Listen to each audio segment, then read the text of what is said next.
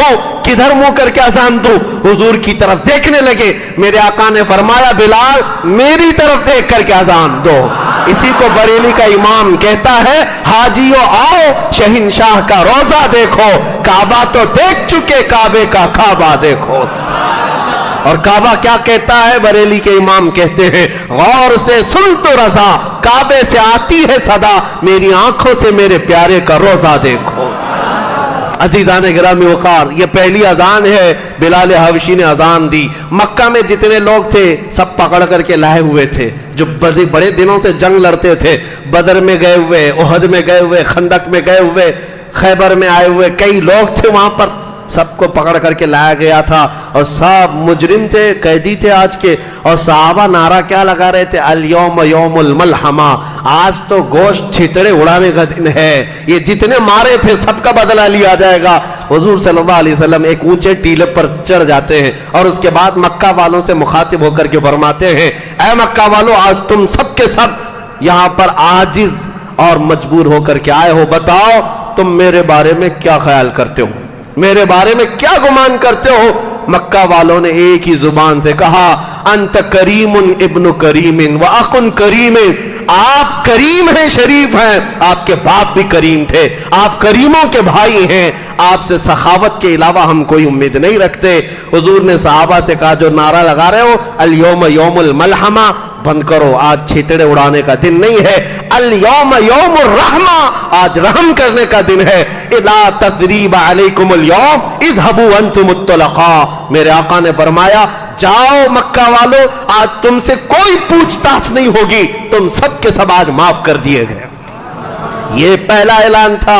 ابو سفیان دوڑے ہوئے آئے, وہ ہندہ آئی جنہوں نے امیر حمزہ کا کلیجہ چبایا تھا احد کے میدان میں, کلیجہ چبایا تھا سینہ چاک کر کے. وہ سب آئے حضور صلی اللہ تعالی علیہ وسلم کے دربار گوہر بار میں.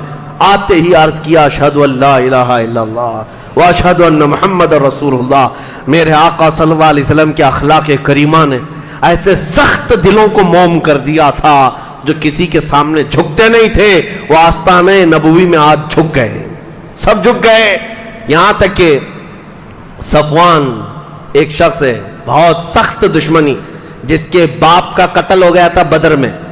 وہ حضرت عمیر بن وہب, ایک صحابی حضرت عمیر بن وہب جن کے بیٹے کو حضور کے پاس قیدی بنایا گیا تھا اور وہ قتل کرنے کے لیے مدینے آئے تھے حضور کا, تلوار کو زہر میں بجھا کر. یہ صفوان اور عمیر دونوں بہت قریبی ساتھی تھے. کعبہ کے حتیم میں بیٹھ کر کے دونوں نے مشورہ کیا تھا اور حضور کا قتل کرنے کے لیے عمیر بن وہب آئے تھے. مدینے میں آئے, حضور نے پوچھا کیوں آئے ہو؟ کہا بیٹا میرا قیدی آپ کے پاس خیر خیریت لینے آیا. حضور نے فرمایا سچ بتاؤ, وہ بات بتاؤ جو حتیم کعبہ میں بیٹھ کر کر کے آئے ہو. وہ غیب دان نبی نے اتنا کہا تھا, عمیر بن وہب کے ہاتھ سے تلوار چھوٹ گئی, کلمہ پڑھ لیا, ایمان لائے اور واپس آئے تو دوست ابھی ایمان لایا ہوا نہیں تھا صفوان, وہ چھوڑ دیا. عمیر بن وہب کو ڈانٹنے لگا تجھ کو تو قتل کرنے بھیجا تھا, تو خود مسلمان ہو گیا.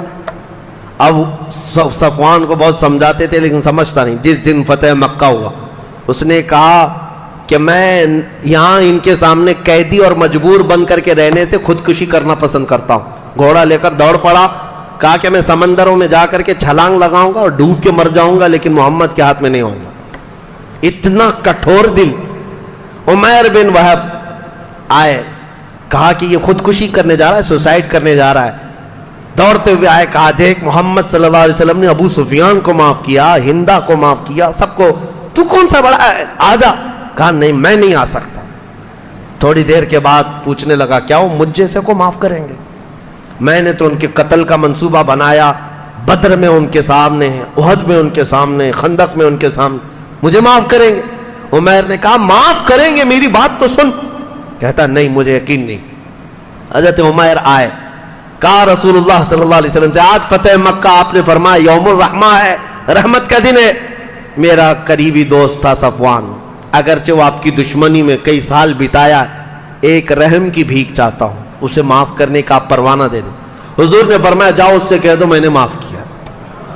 بس ایک ہی جملہ ہے, ایک ہی جملہ ہے. اعلیٰ حضرت نے فرمایا کون دیتا ہے دینے کو منہ چاہے, دینے والا ہے سچا. ہاتھ اٹھتے ہی منگتا کا ہاتھ اٹھتے ہی داتا کی دین تھی. دوری قبول و عرض میں بس ہاتھ بھر کی ہے. لب واہ ہیں آنکھیں ہیں بند پھیلی ہیں جھولیاں, کتنے مزے کی بھیک تیرے پاک در کی ہے. یا رسول اللہ. عمیر بن وہب نے کہا یا رسول اللہ وہ مانے گا نہیں میری بات, کہہ دوں گا آپ نے معاف کیا, مانے گا نہیں. کہا کیا چاہتے ہو؟ کہا بس آپ کا امامہ چاہتا ہوں. آپ امامہ دے دیں اپنا, نشانی دکھا دوں گا. امامہ کسی کو دیا نہیں جاتا. حضور نے ایک کافر جو کٹر دشمن تھا اس کو بچانے کے لیے عمیر بن وہب ریکویسٹ کر رہے ہیں, فوراً اپنا امامہ شریف اتار دیا. کہا لے جاؤ. عمیر بن وہب امامہ شریف کو لے کر کے آئے. صفوان جو گھوڑے پر بیٹھ کر سمندر میں چھلانگ لگانا چاہا تھا, کہا سن لے میری بات, میں نہیں کہتا تھا کہ وہ معاف کریں گے, میں نے جا کر تیرے بارے میں کہا, انہوں نے معاف کر دیا. کہا کیا بات ہے, کیا ثبوت ہے تمہارے پاس؟ نکال کر کے دکھایا وہ امامہ مبارکہ رسول اللہ کا جو آپ کے سر پر سجا ہوا تھا. صفوان سے کہا کہ یہ دیکھ انہوں نے نشانی کے لیے امامہ بھیجا. صفوان کا دل موم ہو گیا, کہا میں نے ایسا انسان ہی نہیں دیکھا دنیا میں, میں نے ایسا انسان ہی نہیں دیکھا. امامہ مبارکہ کی خوشبو کیا گئی اس کے سینے میں. دوڑتا بھاگتا ہوا واپس آیا, جو سوسائیڈ کرنے کے لیے گیا تھا واپس دوڑتا ہوا آیا, حضور کے قدموں میں گر گیا.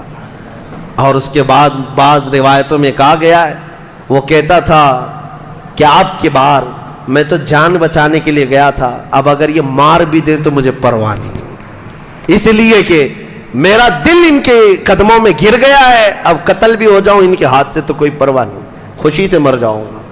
عزیزان گرامی وقار, اسلام کی اسٹیبلشمنٹ میں میرے آقا کے حکیمانہ افعال کو اگر میں ذکر کروں راتیں گزر جائیں گی. اتنا آسان نہیں تھا.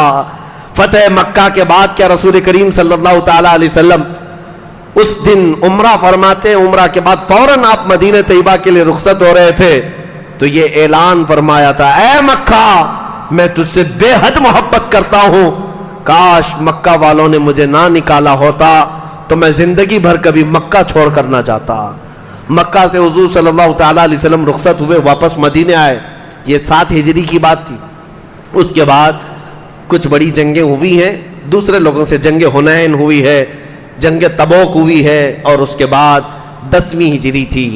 10ویں ہجری کا پھر رمضان کے بعد ذی القعدہ 26 ذی القعدہ حضور صلی اللہ تعالی علیہ وسلم کا ارادہ ہوا کہ اس سال حج کرنا ہے. یہ حضور کا آخری حج بھی ہے, پہلا حج بھی, یعنی ہجرت کے بعد. اس سے 1 سال پہلے حضرت ابوبکر حضرت علی کو حج کے لیے قافلے میں امیر بنا کر کے بھیجا تھا حضور نے. انہوں نے آ کر اعلان کر دیا تھا آج کے بعد سے کوئی مشرک مکہ میں داخل نہیں ہوگا. وہ حضرت ابوبکر حضرت علی کے اعلان کے بعد سے آج تک اسی بات پر عمل کیا جاتا ہے, حدود مکہ میں کسی غیر مسلم کو داخل ہونے کی اجازت نہیں. 10ویں ہجری تھی, حضور نے جیسے ہی اعلان فرمایا کہ اس سال حج کے لیے جانا ہے, خبر ایسی پھیل گئی, پورے عرب کے قبیلے جتنے مسلمان ہوئے تھے جوق در جوق قافلوں میں شریک ہونے لگ گئے. مدینے آ گئے. مدینے آئے اور حضور صلی اللہ تعالی علیہ وسلم نے ابیار علی سے اپنا احرام باندھا, جس کو آج مسجد علی کہتے ہیں, وہاں سے احرام باندھا. یہ 26 ذی القعدہ کا دن تھا, اور یہاں سے چلتے ہوئے حضور صلی اللہ تعالی علیہ وسلم 4 ذی الحجہ کو مکہ مکرمہ میں داخل ہوئے. غسل فرمایا, حضور نے قران کا احرام باندھا تھا, عمرہ اور حج دونوں ملا کر کے. اس وقت مکہ پہنچنے تک صحابہ کی جو جماعت بڑھتی گئی وہ تقریباً 1,20,000 کی تعداد تھی. 1,20,000 کے قریب صحابہ سب جمع ہوئے. حضور کے ساتھ حج کرنا ہے, کون نہیں کرتا, سب جمع ہو گئے تھے. ساری ازواج مطہرات بھی حضور کے ساتھ تھیں. عمرہ کرنے کے بعد نبی کریم صلی اللہ تعالی علیہ وسلم اب حج کے ارکان خود بنفس نفیس سکھا رہے تھے, سارے ارکان سکھا رہے تھے. طواف کس طرح کیا, حجر اسود کو کس طرح چوما, صفا مروہ پر کیا کیا دعائیں کی. صحابہ ایک ایک چیز نوٹ کرتے جا رہے تھے, کیونکہ یہ شریعت بننے والی ہے, قیامت تک آنے والوں کے لیے مشعل راہ ہے. ہر عمل کی حفاظت صحابہ کر رہے تھے. پھر 7 ذی الحجہ کو حضور صلی اللہ علیہ وسلم نے محرم یعنی حرم پاک میں خطبہ دیا. 8ویں ذی الحجہ کو مینا میں تشریف لائے, پورا دن قیام کیا, 9 ذی الحجہ کو عرفات میں آئے, عرفات کا میدان, حضور کا یہ آخری خطبہ ہے حجۃ الوداع جو دستور حیات ہے سارے مسلمانوں کے لیے قیامت تک کے لیے. حضور نے وہاں پر جو خطبہ دیا تھا, یا ایھا الناس انا خلقناکم من ذکر و انثی وجعلناکم شعوبا وقبائل لتعارفوا, اے لوگو اللہ تبارک و تعالیٰ نے ہمیں مذکر و مؤنث پیدا کیا, مرد اور عورت پیدا کیا, تمہارے درمیان قبیلے بنائے گئے تاکہ تمہاری تعریف ہو, تم پہچانے جا سکو. یاد رکھو تم سب کے سب آدم کی اولاد ہو اور آدم کو مٹی سے بنایا گیا ہے. آج کے بعد نہ کسی گورے کو کالے پر فضیلت ہے, نہ کسی امیر کو غریب پر فضیلت ہے. اگر کسی کو فضیلت ہے تو صرف تقوی کی بنیاد پر ہے. اللہ کے نزدیک صرف وہی معزز و مکرم ہے.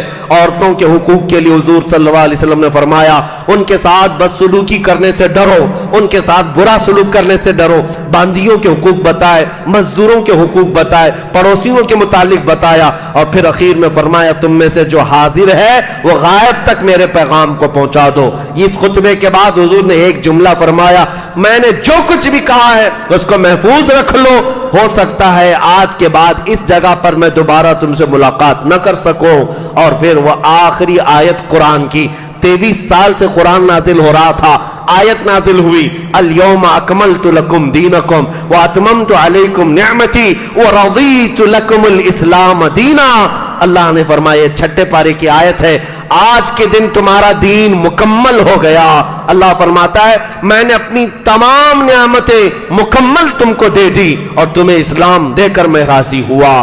قرآن کی آخری آیت تھی. حضور نے فرمایا قرآن کے نازل ہونے کا سلسلہ بند ہو گیا, اب میرے بعد کوئی نبی نہیں آنے والا ہے. صحابہ خوش ہو گئے, قرآن کمپلیٹ, دین کمپلیٹ, نظام کمپلیٹ. کسی دین میں ایسی بات آئی نہیں تھی. یہودی کہتے ایسی آیت ہمارے اندر نازل ہوتی تو ہم ہر سال عید مناتے. صحابہ تو خوش تھے, دین کمپلیٹ ہو گیا. لیکن ایک کونے میں بیٹھے ہوئے ابو بکر صدیق کو روتے ہوئے صحابہ نے دیکھا, غم کے آنسو تھے. صحابہ قریب گئے, کہا آج خوشی کا دن ہے, یہ عرفات کا دن ہے اور آخری آیت نازل ہوئی, قرآن کمپلیٹ ہو گیا ہے, اللہ کی کتاب مکمل ہو گئی, رونے کا سبب کیا ہے؟ حضرت ابو بکر کہتے ہیں اے صحابہ تم میں سے کسی کو شاید یہ نہ معلوم ہو, آخری آیت اترنے کا مطلب دین تو کمپلیٹ ہو گیا, لیکن اس کا دوسرا معنی یہ ہے اب ہمارے مصطفیٰ کریم اب ہمارے درمیان زیادہ دن تک نہیں رہیں گے, زیادہ دن تک نہیں رہیں گے. وجہ یہ ہے کہ وہ اللہ کے رسول دین پہنچانے آ گئے تھے, دین مکمل ہو گیا تو اب وہ رسول ہمارے درمیان نہ رہیں گے. صحابہ میں سب سے پہلے سمجھنے والے اس بات کو صدیق اکبر تھے. واپس حضور یعنی ذی الحجہ میں ہی 14 یا 15 ذی الحجہ کو حضور صلی اللہ تعالی وسلم رخصت ہو گئے, مکہ مکرمہ سے مدینہ طیبہ تشریف لائے. یہ حضور صلی اللہ تعالی علیہ وسلم کا آخری حج تھا. یہاں پر حضرت حضور اکرم صلی اللہ تعالی وسلم مدینہ تشریف